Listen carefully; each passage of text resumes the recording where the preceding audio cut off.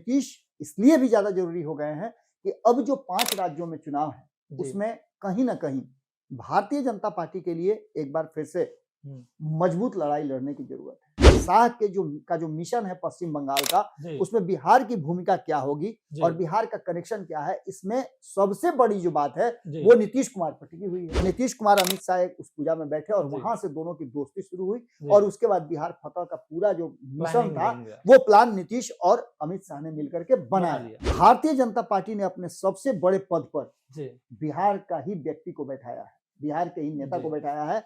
नितिन नवीन को पार्टी का राष्ट्रीय कार्यकारी अध्यक्ष बनाया गया। अभिषेक बनर्जी इस पूरे चुनाव की कवायद देख रहे हैं, उसके लिए प्लानिंग बना रहे हैं, उसके लिए पूरा प्रमोशन कर रहे हैं। कोरमा ग्रुप, जो सोचता है वो करता है, आपके अपने सपनों का आशियाना। नमस्कार, भारत लाइव देख रहे हैं आप और यह हमारा खास कार्यक्रम इनसाइड स्टोरी। बात करते हैं बिहार की, तो बिहार की राजनीति तो आपको पता होगा कि चर्चा का विषय बना हुआ है नीतीश कुमार को लेकर, क्योंकि नीतीश कुमार जब भी दिल्ली जाते हैं और दिल्ली से वापस आते हैं तो बिहार में चर्चा का विषय बना रहता है। लेकिन इस खबर में हम बात करेंगे बिहार के साथ साथ कनेक्शन जो पश्चिम बंगाल में आने वाले विधानसभा चुनाव में है उसको लेकर। अमित शाह जो अभी हाल फिलहाल में जो चर्चा का विषय बना हुआ है कि अमित शाह रणनीति अपना लगा रहे हैं, अपना नीति बना रहे हैं कि पश्चिम बंगाल में कैसे विजय इस बार जीत हासिल किया जाए और भाजपा या एनडीए की सरकार जो है वहां पे बनाया जाए। इस पे जो है अमित शाह अपना मंथन कर रहे हैं। इसी बीच अभी जो चर्चा का विषय बना हुआ है कि कहीं न कहीं ऐसा तो नहीं कि नीतीश कुमार जो है इस बार जो 148 का कनेक्शन वहां पे जो जोड़ना था उससे पहले कहीं नीतीश कुमार ना बिहार में खेल कर दे। इस सारा चर्चा को लेकर हम इस खबर में आए हैं। हमारे साथ बाबा बैठे हुए हैं। बाबा, शाह के मिशन पश्चिम बंगाल में क्या है बिहार कनेक्शन? सबसे पहला तो ये है। देखिए, सीधी सी बात है कि जीते हुए को सभी सलाम करते हैं, हारे हुए का दोस्त बहुत कम मिलता है। बिल्कुल। बिहार एक ऐसा राज्य है जिसने अभी अभी देश भर के किसी भी राज्यों में एकमात्र ऐसा वाहिद राज्य था बिहार, जहां 2025 में चुनाव हुए और 2024 में लोकसभा चुनाव के बाद जो बातें कही जा रही थी भारतीय जनता पार्टी को लेकर के, जो प्रशासन गढ़े जा रहे थे कि भारतीय जनता पार्टी कमजोर हुई है, नीतीश कुमार ने एक तरफ जहां 2024 में भारतीय जनता पार्टी को मजबूत किया, वहीं 2025 में नीतीश कुमार ने एक टारगेट सेट किया था 2025 243 सीटों वाले बिहार विधानसभा में 225 का लक्ष्य तय करना, ये बहुत ही करेजियस, बहुत हिम्मत की बात। बिल्कुल। और इस हिम्मत को नीतीश कुमार ने किया भी और उसे सफल भी किया। 202 सीटें आने का मतलब होता है कि 225 का लक्ष्य तय करके उन्होंने अपना टारगेट कंप्लीट कर लिया है। बिल्कुल। अब इस पर ज्यादा जिस करने की कोई जरूरत भी नहीं है और नीतीश इसलिए भी ज्यादा जरूरी हो गए हैं कि अब जो 5 राज्यों में चुनाव है उसमें कहीं ना कहीं भारतीय जनता पार्टी के लिए एक बार फिर से मजबूत लड़ाई लड़ने की जरूरत है। बिहार का पड़ोसी राज्य पश्चिम बंगाल, जिससे निकल करके बिहार अपना अस्तित्व प्राप्त किया है, उस राज्य में चुनाव है। वहां की जो 294 सीटें हैं, उस विधानसभा सीटों पर भारतीय जनता पार्टी के लिए बड़ा ही कहा जाए तो कष्टकारी रहा है। 2021 में जब चुनाव हुए थे तो भारतीय जनता पार्टी के विरुद्ध एक तो ममता बनर्जी थी ही, बंगाल के लोगों का एक मूड भी था और साथ साथ प्रशांत किशोर भी वहां मौजूद थे, जिन्होंने ममता बनर्जी को जिताने का टिका ले रखा था। तब वो राजनीतिक रणनीतिकार के रूप में काम कर रहे थे और वहीं से उन्होंने राजनीतिक रणनीतिकार की भूमिका छोड़ी थी। अब ममता बनर्जी को 2-3 बातें बहुत महत्वपूर्ण है जिसको जानना जरूरी है और वहां से बिहार कनेक्शन जो जोड़ा जा रहा है, क्योंकि 100 के आसपास ऐसी सीटें हैं जिसको आंशिक रूप से कह लीजिए या फिर पूर्ण रूप में कहिए तो कहीं ना कहीं प्रभावित करता है बिहार। और जब जिन सीटों को बिहार प्रभावित करता है उन सीटों में एक बात तो खासम खास है कि वहां निश्चित रूप से नीतीश का कनेक्शन होगा ही होगा। बिल्कुल। दूसरी सबसे महत्वपूर्ण बात कि जब अमित शाह बिहार के बाद बंगाल का कमान अपने हाथ में लिए हैं, जबकि आपको पता है कि पार्टी में एक राष्ट्रीय अध्यक्ष के साथ साथ एक कार्यकारी अध्यक्ष भी बिहार से गया है, उस पर भी मैं बात करूंगा। लेकिन जो सबसे बड़ी बात है कि इस कनेक्शन में शाह के जो मिशन है पश्चिम बंगाल का, उसमें बिहार की भूमिका क्या होगी और बिहार का कनेक्शन क्या है, इसमें सबसे बड़ी जो बात है वो नीतीश कुमार पर टिकी हुई है कि नीतीश कुमार पश्चिम बंगाल चुनाव के समय होने से पहले जी क्या फैसला लेंगे, कौन बिल्कुल। सा खेल करेंगे, जी इसको लेकर के, चूंकि बिहार में आपने देखा होगा कि नीतीश को लेकर के लगातार रोज नए नए परसेप्शन रहे जाते हैं। जी अब इसको हम अमित शाह के नजरिए से देखें जी तो अमित शाह ने 2022 में जब नीतीश कुमार अलग हुए थे तो नीतीश कुमार और अमित शाह के बीच में 36 का आंकड़ा था, ये सबको पता है। बिल्कुल आमने सामने नहीं खुद- आना चाहते थे। जी नरेंद्र मोदी ने भी कमान अपने हाथ में बिहार का ले लिया था और जी। अमित शाह नीतीश कुमार की दूरी बना दी गई थी। जी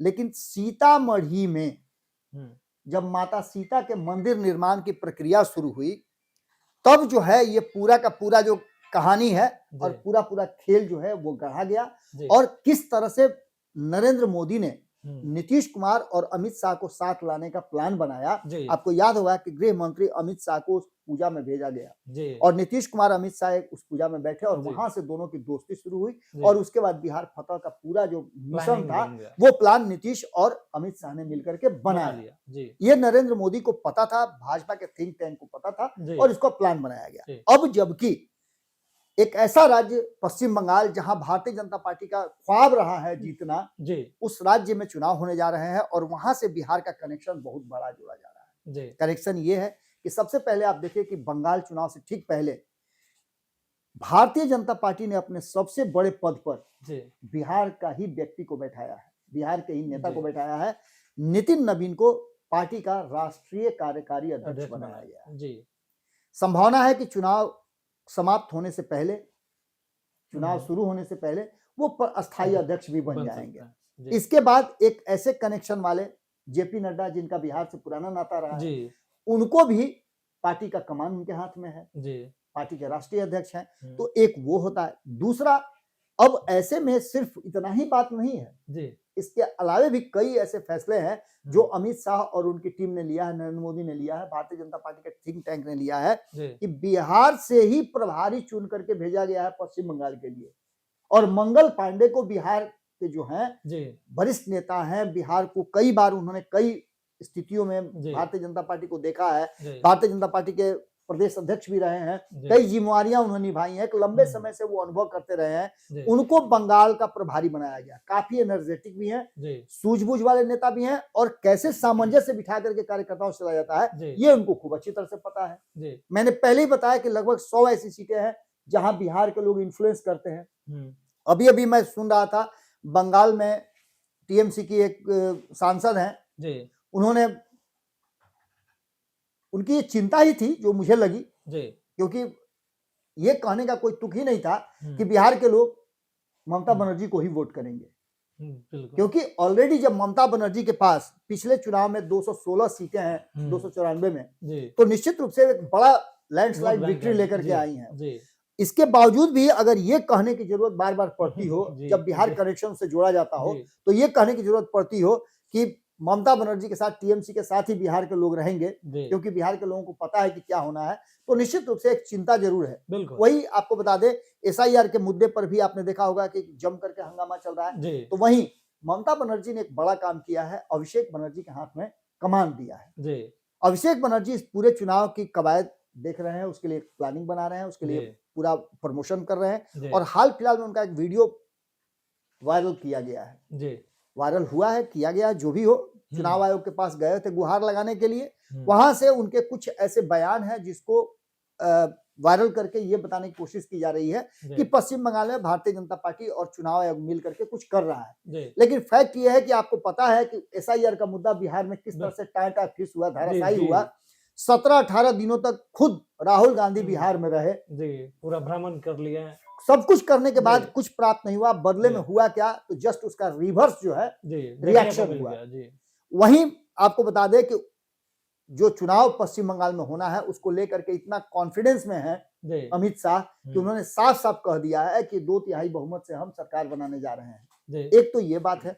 दूसरी बात कि हमने आपको बताया कि नितिन नवीन जो कि काफी युवा है, एनर्जेटिक हैं और जी। उनके पास एक बड़ा अनुभव है। जी मैं एक बार फिर से रिपीट कर दूं, मैंने कई बार इस बात को याद दिलाया है, खास करके पश्चिम बंगाल में रहने वाले लोगों को, देश के लोगों को, भारतीय जनता पार्टी के लोगों को और विपक्ष को भी, कि नितिन नवीन ऐसे जीवट जी तरह के मतलब नेता हैं जी जिन्होंने छत्तीसगढ़ में भारतीय जनता पार्टी को ऐसी परिस्थिति में जीत दिलाई जी। जिसका कोई नहीं कह रहा था। जी संपादक नमन मिश्रा जी के साथ हम्म, मैं फिर से रिपीट कर रहा हूं ये बात, जी जब छत्तीसगढ़ चुनाव चल रहा था तब उनके साथ और मेरे साथ हम्म, 36 का आंकड़ा हो गया था। जी मैं पूरे अपने सोर्स लगाने के बाद जितने भी आंकड़े आ रहे थे, जितने जी भी आकलन हो रहे थे, वो सभी बता रहे थे कि नहीं, हम्म, छत्तीसगढ़ तो भाजपा इस बार कंटिन्यू नहीं करने जा रही है। जी और उन्होंने कहा कि किसी भी कीमत में नितिन नवीन जिस तरह हम्म, से प्लानिंग बना करके चल रहे हैं, वो एक जी राउंड घूम करके छत्तीसगढ़ से आ गए थे। जी उन्होंने कहा कि जो मैंने देखा है कि नितिन नवीन में वो पोटेंशियल है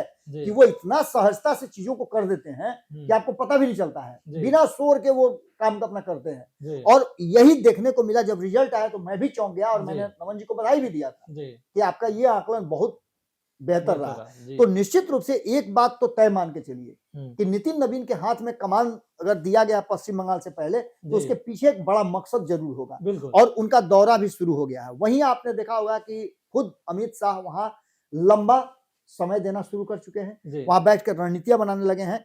और इतना ही नहीं, जी मंगल पांडे जिस तरह से काम कर रहे हैं वहां के प्रभारी के रूप में, जिस तरह से वो रणनीतियां योजना बना रहे हैं, उसका भी असर दिखने लगा है। बिल्कुल अब इसमें जो कनेक्शन बताया जा रहा है, एक कनेक्शन और मैं जोड़ दूं कि जी बीएल संतोषी का नाम आपने सुना होगा, बिहार के प्रभारी रहे। जी बीएल संतोषी बिहार में जिस तरह से काम कर रहे थे और जिस तरह से उन्होंने काम किया है, जी, और ये जो टीम बनी थी, नितिन नवीन, मंगल पांडे, जी। बीएल संतोषी और बाकी के लोग तो ऑटोमेटिक उसमें इन्वॉल्व हो जाएंगे। जी बिहार का सटा हुआ राज्य है तो निश्चित रूप से बिहार के लोग वहां इन्वॉल्व होंगे। जी बिहार से सटा हुआ राज्य है तो निश्चित रूप से अड़ोस पड़ोस में लोग कमाने के लिए जाते हैं, जी वहां संख्या अच्छी खासी बिहारियों की है। जी मैंने कहा भी कि 100 के आसपास ऐसी सीटें हैं हम्म, जहां बिहार के लोग जा करके अपना वोट देते हैं और वहां जी। के नागरिकता के रूप में, जी वहां के वोटर के रूप में वहां सम्मिलित है। जी तो ऐसी स्थिति में निश्चित रूप से बिहार में जो बदलाव हुआ है, जी जो रणनीतियां, जो योजनाएं अचानक बदलती हुई आई हैं, जी और आप देखिए खरवास के बाद बहुत सारी चीजें आपको देखने को मिलेंगी। जी इसमें सबसे बड़ी बात है कि ममता के भतीजे अभिषेक जिस तरह से जी आगे बढ़ करके काम कर रहे हैं, हम्म, और उन्होंने इस बात को लेकर के कहा भी है कि पिछली बार से 2021 से बेहतर प्रदर्शन हम करेंगे। जी लेकिन अभी इसमें कई ऐसे पेच फंसे हुए हैं। पहला पेच तो यह है कि क्या नीतीश कुमार को और एनडीए गठबंधन जो बिहार का है उसको एकजुट रखने में सफल होगी भाजपा? बिल्कुल क्योंकि नीतीश कुमार इस बार पश्चिम बंगाल में चुनाव लड़ने की तैयारी कर रहे हैं। जी नीतीश को ही पश्चिम बंगाल में कुछ सीटें चाहिए, जी जो मुझे जानकारी है और नीतीश कुमार के इंटरनल सोर्सेज से जो जानकारी मिली है। जी हालांकि फैसला तो नीतीश कुमार करते हैं, लेकिन अंदरूनी। जो उनके थिंक टैंक के लोग हैं, जी उन लोगों का मानना यह है कि इस बार मौका हमारे पास भी है पश्चिम बंगाल में अपना जनाधार बढ़ाने का, जी क्योंकि राष्ट्रीय पार्टी बनने के लिए हमें जो चाहिए वो वो- पश्चिम बंगाल से हमें मिलेगा। जी बिहार में बेहतर परिणाम के बाद जी लोगों की एक भरोसा, उम्मीद जो है नीतीश वो- कुमार पर वो ज्यादा जागते बनी हुए, है। जी नीतीश कुमार पर एंटी इनकम्बेंसी नहीं, प्रो इनकम्बेंसी होता है, और जी। ममता बनर्जी पर एंटी इनकम्बेंसी होगी। जी ये सबसे बड़ी बात है। इसके साथ साथ नीतीश कुमार भारतीय जनता पार्टी के उस फॉर्मूला के लिए सबसे फिट बैठते हैं जी जहां भारतीय जनता पार्टी बांग्लादेश घुसपैठ को, बांग्लादेशियों के घुसपैठ को लेकर जी। के काफी एग्रेसिव है। अमित शाह गृह मंत्री होने के साथ साथ अब तो बिहार में गृह मंत्री भी बदल गए हैं। बिल्कुल तो निश्चित रूप से गृह मंत्री होते हुए अमित शाह ने यह स्पष्ट कर दिया है कि पश्चिम बंगाल में हम बांग्लादेशियों को घुसपैठ नहीं होने देंगे। और जी। ममता बनर्जी पर यह आरोप लगता है, उन पर यह विपक्ष हमला करता है कि वो बांग्लादेशियों को अपना Support वोटर करते हैं। बनाने के लिए सपोर्ट बांग्लादेश में जो मूल बांग्लादेश बिहार वहाँ मतलब पे। पश्चिम बंगाल के लोग हैं उनके अधिकारों में से बांट देती है। जी इसको लेकर के भी बातें चर्चा चल रही हैं कि कहीं ना कहीं ममता बनर्जी अपने वोट बैंक को साधने के लिए और उसी वोट बैंक के आधार पर, बांग्लादेशियों के आधार पर वो चुनाव जीत करके आ जाती है। जी एसआईआर में उन लोगों को, ऐसे लोगों को जिनका नाम कई जगह हो जी या फिर वो नागरिकता उनके पास नहीं हो, जी तो उन लोगों को निश्चित रूप से एसआईआर में बाहर का रास्ता दिखाया जाएगा। जी पश्चिम बंगाल से जो रिपोर्ट आ रही है उस रिपोर्ट के अनुसार जी पश्चिम बंगाल में महिलाओं के नाम ज्यादा कटे हैं और बांग्लादेश से आने वालों की संख्या में महिलाएं ज्यादा हैं। जी ये भी बातें कही जा रही हैं। अब इन सभी बातों को लेकर के जब बांग्लादेशियों का मामला सामने आएगा उसमें नीतीश कुमार की भूमिका बड़ी होगी, क्योंकि नीतीश कुमार जब भारतीय जनता पार्टी के साथ रहते हैं जी तो भारतीय जनता पार्टी का जो कॉम्युनल एस्पेक्ट हाँ, दिखाने की जी। कोशिश की जाती है जी कि भारतीय जनता पार्टी हिंदू मुस्लिम करती है, करके चुनाव जीते, वहां नीतीश का चेहरा जब आ जाता है ना तो वो सारा चीज खत्म खत्म हो हो जाता है। जाता है जी। क्योंकि नीतीश कुमार पूर्णतः सेकुलर समाजवादी नेता के रूप बिल्कुल। में जाने जाते हैं, बिल्कुल। परिवारवाद से भी बिल्कुल दूर है, और ऐसे में नीतीश एक बड़ा हम्म, कहा जाता है तो बेस लाइन हो जाते हैं भारतीय जनता पार्टी के लिए। जी। इसमें सबसे बड़ी बात है कि घुसपैठ के साथ साथ अब एक और मुद्दा जो सामने आया है उससे भी काफी पश्चिम बंगाल में असर दिखाई दे रहा है। हुमायूं कबीर का नाम आपने सुना होगा, जी। पहले ममता बनर्जी के बहुत करीबियों में से एक हुआ करते थे, अचानक से वो वहां से बाहर हुए, अपनी पार्टी बनाई उन्होंने, और बाबरी मस्जिद बनाने का उन्होंने ऐलान कर दिया है। जी। उन्होंने ऐलान किया है कि वो पश्चिम बंगाल में बाबरी मस्जिद बनाएंगे, उसके लिए फंड भी इकट्ठा करने लगे हैं। और यही नहीं, उन्होंने अपनी पार्टी बनाने के बाद कहा है कि 200 के आसपास सीटों पे वो चुनाव लड़ेंगे और एआईएमआईएम के साथ वो गठबंधन करेंगे। जी। अब इस बात को लेकर के निश्चित रूप से आप समझ लीजिए कि जब हुमायूं कबीर बाबरी मस्जिद की बात करेंगे तो मुसलमान समाज उनके तरफ सपोर्ट करेंगे सपोर्ट में आएगा। जी। ममता बनर्जी का बेस पॉइंट क्या है?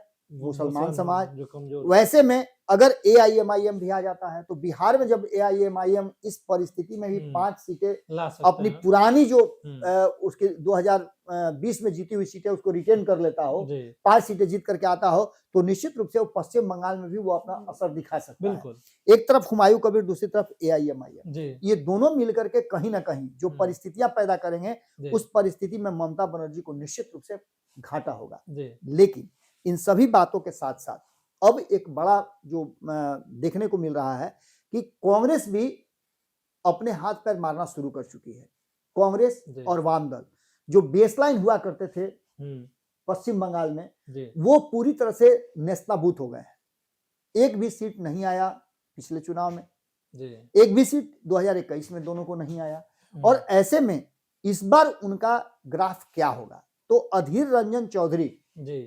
का ममता बनर्जी से मुलाकात करना कहीं ना कहीं इस बात की तरफ इशारा कर रहा है कि कठिन परिस्थितियों में जी। विपक्ष जो है एकजुट होने की कोशिश करेगा। जी। और ये कोशिश अगर करता है और इसमें अगर नीतीश कुमार कहीं दाएं बाएं कर जाते हैं जी। या फिर बंगाल की तरफ इंटरेस्ट नहीं दिखाते हैं, जी। भाजपा के इस जो नया अमित शाह का जो फॉर्मूला है उस फॉर्मूला में फिट नहीं बैठते हैं, जी। तो ऐसी स्थिति में भारतीय जनता पार्टी को एक बार फिर से झटका लग सकता है। जी। लेकिन जो परिस्थितियां हैं कि 148 मिशन 148 को पूरा जी। करने के लिए जी। नीतीश कुमार की भूमिका बड़ी होगी। अगर कोई खेल नीतीश कुमार नहीं करते हैं और नीतीश कुमार को साधने में सफल हो जाती है भारतीय जनता पार्टी, एनडीए गठबंधन एकजुट रहता है, तो सिर्फ नीतीश ही नहीं, चिराग पासवान की भी भूमिका इसमें बड़ी होगी। क्योंकि चिराग पासवान के पास भी वोट बैंक है और उनके समाज के बड़ी संख्या में लोग जाकर के पश्चिम बंगाल में रोजी रोजगार और काम धंधा करते हैं, वहां के अस्थायी निवासी भी हो चुके हैं। तो ऐसी स्थिति में एनडीए गठबंधन के रूप में अगर चुनाव लड़ा जाता है पश्चिम बंगाल में, और उसमें बिहार को, जैसे बिहार के लोगों को ज्यादा तरजीह दी गई है, कार्यकारी अध्यक्ष भी बिहार के, प्रभारी भी बिहार के, और बिहार के प्रभारी बीएल संतोषी को वहां प्रभारी बनाया गया है। ये सारी बातें जहां एक तरफ बिहार का उसमें विशेष इन्वॉल्वमेंट देखती है, वहीं नीतीश और बिहार एनडीए के नेताओं का, पार्टियों का इन्फ्लुएंस पश्चिम बंगाल में भारतीय जनता पार्टी के लिए निश्चित रूप से एक कहा जाए तो जीवनदायिनी शक्ति के रूप में काम करना शुरू करेगा और ममता बनर्जी को इन सब मुद्दों पर घेर करके लेट डाउन किया जा सकता है, उनको कड़ा टक्कर दिया जा सकता है और पश्चिम बंगाल में एक बदलाव की जो कहा जा रहा है एंटी इनकम्बेंसी है उसे अपने पक्ष में किया जा सकता है। ममता के एंटी इनकम्बेंसी को भुनाने में ये एनडीए गठबंधन के रूप में अगर अमित शाह बना रहे हैं प्लान, तो ये प्लान उनका बिहार को जोड़ने के बाद सफल हो सकता है, इससे इनकार नहीं किया सकता है। लेकिन जो परिस्थितियां बनी हैं उसमें जिस तरह से एग्रेशन दिखा रहे हैं अभिषेक बनर्जी, ममता बनर्जी के भतीजा हैं, उनको लेकर के कांग्रेस का मीटिंग होना और बाकी की चीजें जो देखने को मिलेंगी बाद में, इंडिया गठबंधन एक ग्रुप होता है कि नहीं, एकजुट होता है कि नहीं, ये सारी बातें बहुत ज्यादा असर करेंगी। लेकिन इतना तो मान के चलिए कि शाह के मिशन में पश्चिम बंगाल में बिहार का कनेक्शन फायदेमंद साबित होता हुआ दिखाई दे रहा है यदि नीतीश कुमार उस गठबंधन का हिस्सा हो, या ये भी कह सकते हैं आप कि एनडीए गठबंधन नीतीश कुमार के नेतृत्व में भारतीय जनता पार्टी का सपोर्ट अगर पश्चिम बंगाल में करता है तो उसके परिणाम बेहतर होंगे और वहां जो 148 का आंकड़ा है सरकार बनाने का, जो मैजिक आंकड़ा है, उस आंकड़े तक पहुंचने में संभावित है कि वो प्रयास कर सकते हैं और जी। सफल भी हो सकते हैं। चलिए, तो अब देखना ये दिलचस्प होगा कि जिस हिसाब से जो भाजपा है, एनडीए गठबंधन बिहार में अपना रिजल्ट लाई है, क्या उसी तरीके से अब बंगाल में जो चुनाव होगा उसमें एनडीए गठबंधन अपना काम करेगी। अब देखना दिलचस्प होगा कि अब नीतीश कुमार क्या साथ देते हैं या कोई और उनका प्लान रहता है। फिलहाल इस खबर में इतना ही। अगर आप हमारे चैनल पे नया है तो हमारे चैनल को लाइक कीजिएगा, सब्सक्राइब कीजिएगा। तब तक के लिए धन्यवाद। आपके सपनों को हमने सजाया है, ई होम्स पैनोरामा को हमने बनाया है। ई होम्स मेरा एक सपना था जिस पे मैं पिछले 4 साल से काम कर रहा था।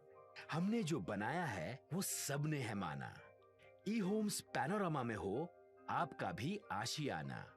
और फाइनली हमने 2021 में इस प्रोजेक्ट को लॉन्च किया। बहुत लोग अप्रिशिएट कर रहे हैं कि पूर्णिया जैसे शहर में, बिहार के, एक तो बिहार की बात करें उसमें भी पूर्णिया जैसे छोटे जगह में इस तरह का लाइफस्टाइल देना, ये सुन के हम लोगों को बहुत अच्छा लगता है। ई होम्स में हमने कुछ और भी किया है, जैसे हम जिस जगह में रह रहे हैं हमारे फैमिली सिक्योर हो, उनको सिक्योरिटी का ध्यान में रखा है। आपकी सुविधा और सुरक्षा आपके लिए खास है, ये आपका विश्वास है। इसमें आर्टिफिशियल इंटेलिजेंस का 7 लेयर सिक्योरिटी का हमने इस्तेमाल किया है। लस ग्रीन कैंपस को बनाया है। यदि हमारा बाउंड्री वाल है तो वो वर्टिकल गार्डन है। ये जितनी भी फैसिलिटी होता है एक इंटरनेशनल टाउनशिप में ई होम्स है, ये हम लोग विश्वास नहीं कर पा रहे हैं। जो भी हमारे मित्र दोस्त या जो भी हमारे बाहर के बाहर आते हैं तो हम लोगों को बहुत अच्छा सुनने को मिलता है और बहुत अच्छा क्रेडिट मिल रहा है। वो सारा हमने सिर्फ एक बिल्डिंग नहीं बनाया, हमें एक बहुत अच्छा लाइफस्टाइल दिया ई होम्स में, और मेरा एक सपना था जिसको मैं आज फुलफिल होते हुए देख रहा हूँ। ये आपका आवास है। ई होम्स पैनोरामा में अब आपका निवास है। E Homes Panorama, luxurious lifestyle redefined. Panorama group, जो सोचता है वो करता है। अगर ये वीडियो पसंद आई और वह बिहार के राजनीति और बिहारियत से सरोकार रखेनी तो सब्सक्राइब बटन दबा के चैनल के सब्सक्राइब कर ली। ओजे एगो घंटी बा, ओकरा बटन दबा देला से कुल सटीक और मारक खबर रुआ मुफ्त में मिल जाई। अगर रुआ पत्रकारिता के हमनी के नया प्रयोग में सहयोग कर चाहतानी तो ज्वाइन बटन दबा दी। पेटीएम नंबर नोट कर ली 9386816700।